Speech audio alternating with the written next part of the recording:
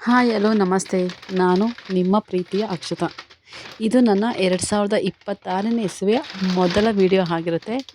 ತುಂಬ ದಿನಗಳ ನಂತರ ಈ ವಿಡಿಯೋನ ಮಾಡ್ತಾಯಿದ್ದೀನಿ, ಹಾಗೆ ವಾಯ್ಸ್ ಓವರ್ನ ಕೊಡ್ತಾಯಿದ್ದೀನಿ. ಎಲ್ರಿಗೂ ಒಂದು ಆಸೆ ಇರುತ್ತೆ, ಒಂದು ಯೂಟ್ಯೂಬ್ನ ಶುರು ಮಾಡಬೇಕು, ಅದು ಮಾನಿಟೈಸೇಷನ್ ಆಗಬೇಕು, $100 ಆಗಬೇಕು, ದುಡ್ಡು ತೊಗೋಬೇಕು ಅಂತ.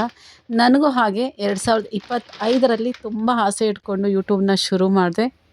ತುಂಬ ಬೇಗ ಮಾನಿಟೈಸೇಷನ್ ಆಯಿತು. ಆದರೆ ಮಾನಿಟೈಸೇಷನ್ ಆದಮೇಲೆ ವೀಡಿಯೋಗಳನ್ನ ಮಾಡೋದಕ್ಕೆ ಆಗಲಿಲ್ಲ. ಸೊ ಮತ್ತೆ ಇನ್ಮೇಲೆ ವೀಡಿಯೋಗಳನ್ನ ಮಾಡಬೇಕು, ವಾರಕ್ಕೊಮ್ಮೆ ಆದರೂ ಒಂದು ವೀಡಿಯೋನ ಹಾಕಬೇಕು ಅಂತ ತುಂಬ ಆಸೆ ಇಟ್ಕೊಂಡಿದ್ದೀನಿ. ದಯವಿಟ್ಟು ಇದೇ ರೀತಿ ಸಪೋರ್ಟ್ ಮಾಡ್ತಾಯಿರಿ. ಹಾಗೆ ಕೋಟೆನಾಡು ರೆಸಿಪೀಸ್ ಚಾನಲ್ಗೆ ಸ್ವಾಗತ ಸುಸ್ವಾಗತ.